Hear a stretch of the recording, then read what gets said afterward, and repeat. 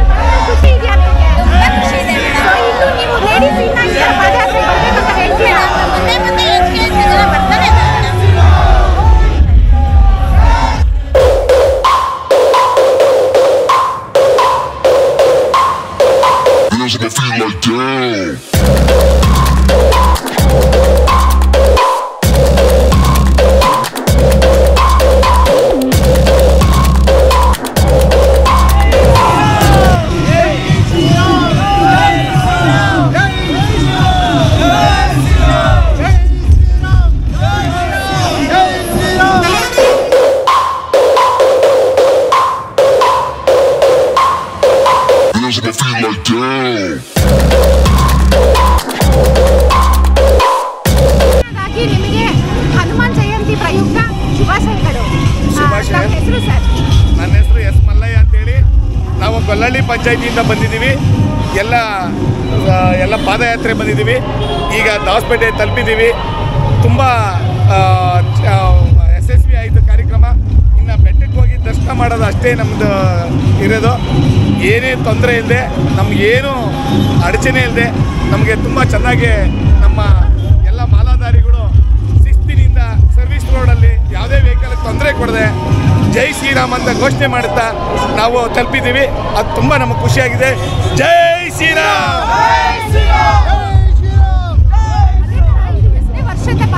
ಇದು 5ನೇ ವರ್ಷದ್ದು. ತುಂಬ ಯಶಸ್ವಿಯಾಗಿದೆ. ರಜಾ ಇದ್ದಿದ್ರೆ ತುಂಬ ಜನ ಬರೋರು, ಯಾಕೆಂದರೆ ಎಲ್ಲ ಕೆಲಸಕ್ಕೆ ಹೋಗೋವಂಥವ್ರು ನಮ್ಮ ಕಾರ್ಯಕರ್ತರು. ಅದರಿಂದ ಅವ್ರ ಮನೆಯವ್ರಿಗೂ ಎಲ್ಲರಿಗೂ ಪ್ರತಿ ವರ್ಷ ನಮ್ಮ ಜೊತೆ ಬರ್ತಾ ಇರುತ್ತೆ. ಎಲ್ಲರಿಗೂ ದೇಶಕ್ಕೂ ಎಲ್ಲ ಒಳ್ಳೇದಾಗಲಿ ಅಂತ ಕೇಳ್ಕೊತೀವಿ.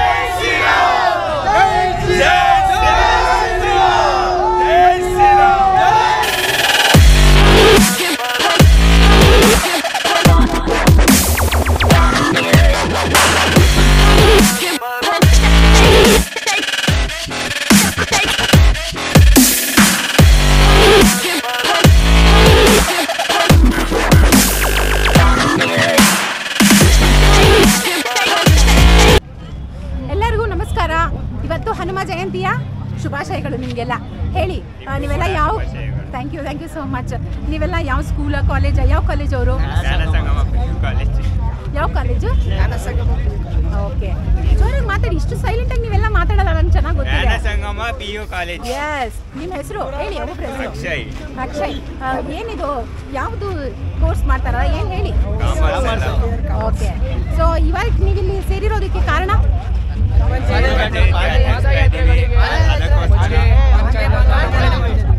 ಅದಕ್ಕಿಂತ ಅವ್ರಿಗೆಲ್ಲ ಸೇವೆ ಮಾಡ್ತಾ ಇದ್ದೀವಿ, ಪಾನ್ಕ ಮಜ್ಜಿಗೆ ಕೊಟ್ಟು.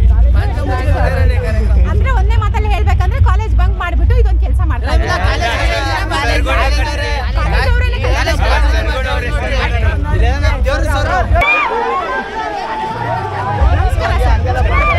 ನಿಮ್ಮ ಹೆಸರು? ರುದ್ರದೇವರು ಅಂತ ಮೇಡಮ್. ಓಕೆ, ನೀವು ಯಾವ ಕಾಲೇಜಿನವರು? ಜ್ಞಾನಸಂಗಮ ದಾಬಸ್ಪೇಟೆಯಿಂದ. ಇಲ್ಲಿಂದಲೇ ಮೇಡಮ್. ಹನುಮನ ಜಯಂತಿಗೆ ಪ್ರಯುಕ್ತ ನಾವು ವರ್ಷ ಹೆಸರುಬೇಳೆ ಪಾನಕ ಇದನ್ನು ಕೊಡ್ತಾ ಇದ್ದೀವಿ ಮೇಡಮ್. ನಮ್ಮ ರಥ ಬರ್ತಾ ಇದೆ, ಅದರಿಂದ ನಾವು ಎಲ್ಲರೂ ಕೊಡ್ತಾ ಇದ್ದೀವಿ ಮೇಡಮ್. ಸೊ ಕಾಲೇಜ್ ಕಡೆಯಿಂದ ನೀವು ಇದನ್ನ ಕೊಡ್ತಾ ಇರೋದು? ಹೌದೌದು ಮೇಡಮ್.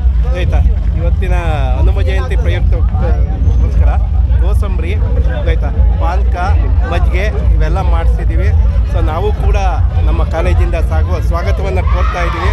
ಜೈ ಶ್ರೀರಾಮ್.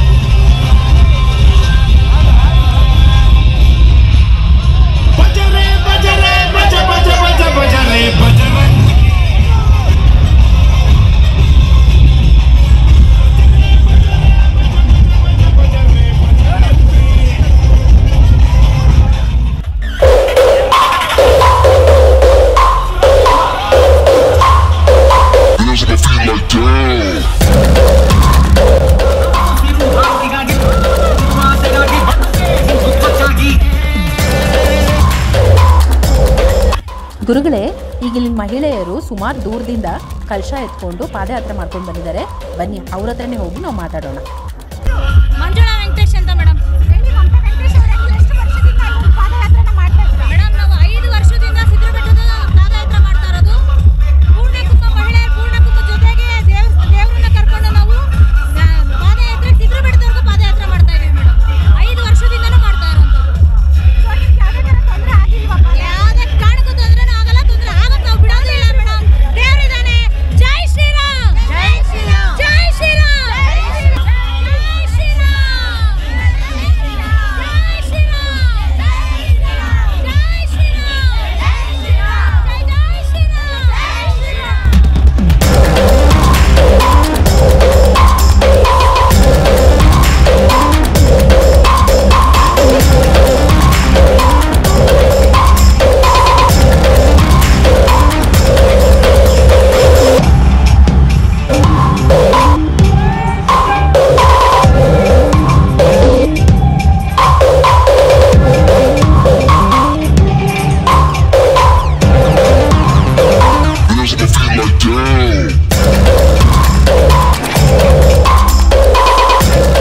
ಗುರುಗಳೇ, ವಯಸ್ಸಲ್ಲಿರೋರು ಪಾದಯಾತ್ರೆ ಮಾಡ್ಕೊಂಡು ಬರೋದು ಒಂದಾದರೆ, ವಯಸ್ಸಾಗಿರೋ ಈ ಒಬ್ಬರು ಮಹಿಳೆ ಸುಮಾರು ದೂರದಿಂದ ಪಾದಯಾತ್ರೆ ಮಾಡ್ಕೊಂಡು ಬಂದು ನಮ್ಮ ಹನುಮನ್ನ ನೋಡೋಕ್ಕೆ ಬಂದಿದ್ದಾರೆ. ನೋಡಿ, ಅವ್ರ ಎನರ್ಜಿನ ಮೆಚ್ಕೋಬೇಕು.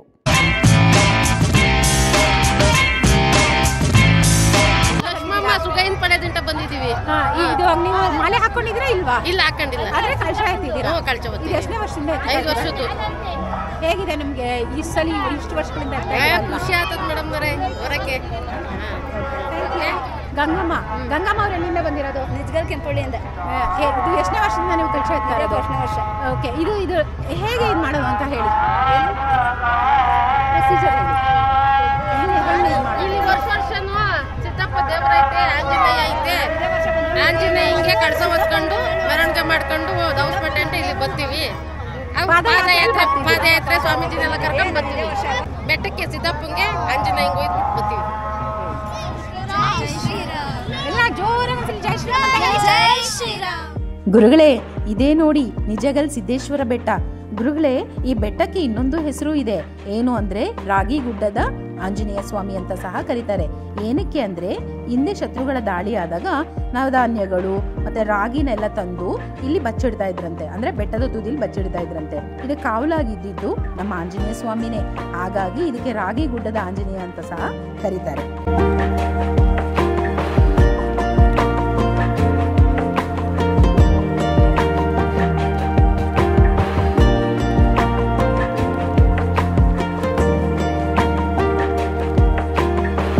ನೋಡಿ ಗುರುಗಳೇ, ಈ ಸಿದ್ಧರ ಬೆಟ್ಟದ ಮೇಲೆ ಹನುಮಾನ್ ಜಯಂತಿ ಪ್ರಯುಕ್ತವಾಗಿ ರಾಮಾಯಣದ ಒಂದು ಅಧ್ಯಾಯವನ್ನು ತಗೊಂಡು ನಾಟಕ ಪ್ರದರ್ಶನ ಮಾಡ್ತಾ ಇದ್ದಾರೆ. ನಾವು ಬೂದಿಹಳ್ಳಿಯಿಂದ ಬಂದಿರೋದು.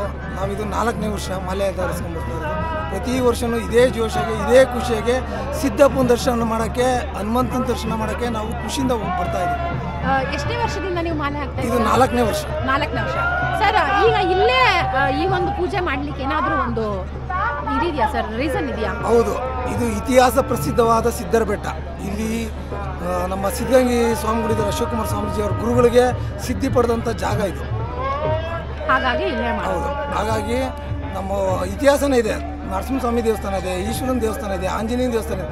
4 ದಿಕ್ಕಲ್ಲೂ 4 ಆಂಜನೇಯ ಇದೆ ಈ ಪ್ಲೇಸ್ ಅಲ್ಲಿ ಸರ್. ಓಕೆ, 4 ದಿಕ್ಕಲ್ಲೂ 4 ಆಂಜನೇಯ. ಅದಕ್ಕೆ ಸಪ್ರೇಟ್ ಏನಾರ ಹೆಸರು ಇದೆಯಾ? ಅದು ಬಗ್ಗೆ ಮಾಹಿತಿ ಇಲ್ಲ. ಏನಿಲ್ಲ ಸರ್. ತಮ್ಮ ಹೆಸರು ಸರ್? ವೇಣುಗೋಪಾಲ್, ನೆಲಮಂಗಲಿಂದ ಬಂದಿರೋದು. ಸತತ 4ನೇ ವರ್ಷ ಮಾಲಾಧಾರಿಯಾಗಿ ದರ್ಶನಕ್ಕೆ ಬರ್ತಾ ಇರೋದು.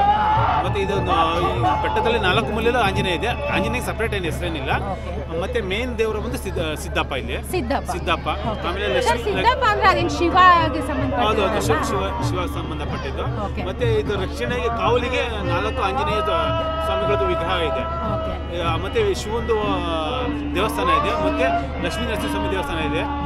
ಮತ್ತೆ ವಿಶೇಷ ಏನಂತಂದ್ರೆ ಇಲ್ಲಿ ಸಿದ್ದಪ್ಪನಿಗೆ ಜಾಸ್ತಿ ವಿಶೇಷವಾಗಿ ಪೂಜೆ ಮಾಡಕ್ ಬರ್ತಾರೆ.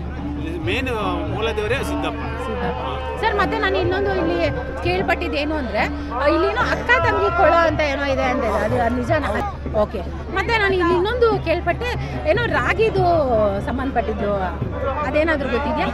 ರಾಗಿನ ಅಲ್ಲಿ ರಾಗಿನ ಅವಾಗ ಬೆಳೆದಿದ್ದು ಜಾಸ್ತಿ ಇದ್ದಿದ್ದೆಲ್ಲ ತಗೊಂಬಂದು ಇಲ್ಲಿ ಶೇಖರಣೆ ಮಾಡ್ತಿದ್ರು. ಆವಾಗ ದಬ್ಬಾಳಿಕೆ ಬೇರೆ ಬೇರೆ ಮುಸಲ್ಮಾನ್ ದೊರೆಗಳೆಲ್ಲ ದಾಳಿಗೆ ಬಂದಾಗ ಇದನ್ನ ಇಲ್ಲೇ ಊತಿಕ್ಬಿಟ್ಟು ಅವ್ರು ಹೋದ ನಂತರ ತಿರ್ಗಿ ವಾಪಸ್ ತಗೊಂಬಂದು ಊರುಗಳಲ್ಲಿ ಬಳಸ್ತಾ ಇದ್ರಂತ. ಈ ಬೆಟ್ಟದಲ್ಲಿ ನಿನ್ನ ಹೆಸರು ಪುಟ? ಏಮಾ.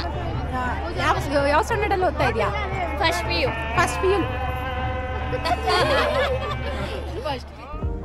ಗುರುಗಳೇ, ಈ ಸಿದ್ಧರ ಬೆಟ್ಟದ ಕಥೆ ಎಷ್ಟು ರೋಚಕವಾಗಿದೆಯೋ ಹಾಗೆಯೇ ಇದರ ಸುತ್ತಮುತ್ತಲಿನ ಪ್ರದೇಶ ಸಹ ಅಷ್ಟೇ ಅಂದಚಂದವಾಗಿದೆ. ಇಲ್ಲಿನ ತಂಪಾದ ಗಾಳಿ, ಸುತ್ತಮುತ್ತಲು ದೇವಸ್ಥಾನಗಳು, ಅದೇ ಥರ ಇಲ್ಲಿ ನೀವು ಈ ಇಳಿಜಾರನ್ನ ನೋಡ್ತಾ ಇದ್ರೆ ಒಂದು ದಿನ ಕಳೆಯೋದೇ ನಿಮಗೆ ಗೊತ್ತಾಗೋದಿಲ್ಲ. ಹಾಗಾಗಿ ಬೆಂಗಳೂರಿನಿಂದ ಬರೀ 60 ಕಿಲೋಮೀಟರ್ ದೂರದಲ್ಲಿರೋ ಈ ಬೆಟ್ಟಕ್ಕೆ ನೀವು ಸಹ ಒಮ್ಮೆ ಭೇಟಿ ಕೊಡಿ ಗುರುಗಳೇ.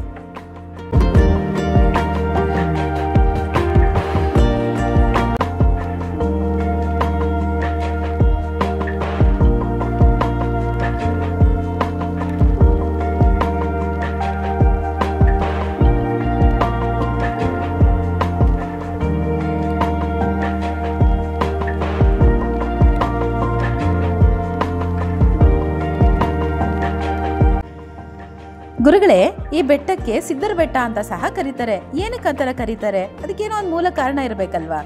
ಅದಕ್ಕೇನಕ್ಕೆ ಅಂದರೆ ನಮ್ಮ ಯಡಿಯೂರು ಸಿದ್ಧಲಿಂಗೇಶ್ವರರ ಶಿಷ್ಯರಾದ ಸಿದ್ದಪ್ಪನವರು ಇಲ್ಲಿ ಬಂದು ನೆಲೆಸಿದ್ರಿಂದ ಈ ಬೆಟ್ಟಕ್ಕೆ ಸಿದ್ಧರ ಬೆಟ್ಟ ಅಂತ ಸಹ ಕರೀತಾರೆ, ಸಿದ್ದೇಶ್ವರ ಬೆಟ್ಟ ಅಂತ ಸಹ ಕರೀತಾರೆ.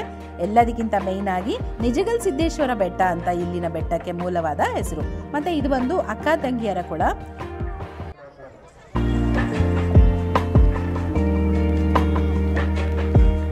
ಗುರುಗಳೇ, ಈ ಹನುಮಾನ್ ಜಯಂತಿ ಪ್ರಯುಕ್ತವಾಗಿ ಈ ಸಿದ್ಧರ ಬೆಟ್ಟ ನೋಡೋದೇ ಒಂದು ಕಳೆ. ಅದರಲ್ಲೂ ರಾತ್ರಿ ನೋಡಬೇಕು ಗುರುಗಳೇ, ಏನು ಚೆನ್ನಾಗಿರುತ್ತೆ ಅಂತೀರಾ. ನಾವೆಲ್ಲ ಏನಾದರೂ ಫಂಕ್ಷನ್ ಆದರೆ ಒಂದು ಮನೆಗೋ ಅಥವಾ ಒಂದು ಏರಿಯಾಗೋ ವಿದ್ಯುತ್ ಅಲಂಕಾರ ಮಾಡೋದು ಸಾಮಾನ್ಯವಾಗಿರೋದು. ಆದರೆ ಇವರು ಬೆಟ್ಟಕ್ಕೆ ವಿದ್ಯುತ್ ಅಲಂಕಾರ ಮಾಡಿದ್ದಾರೆ ಗುರುಗಳೇ. ಅದನ್ನ ನೋಡೋಕ್ಕೆ ಎಷ್ಟು ಚೆನ್ನಾಗಿತ್ತು ಅಂತೀರಾ.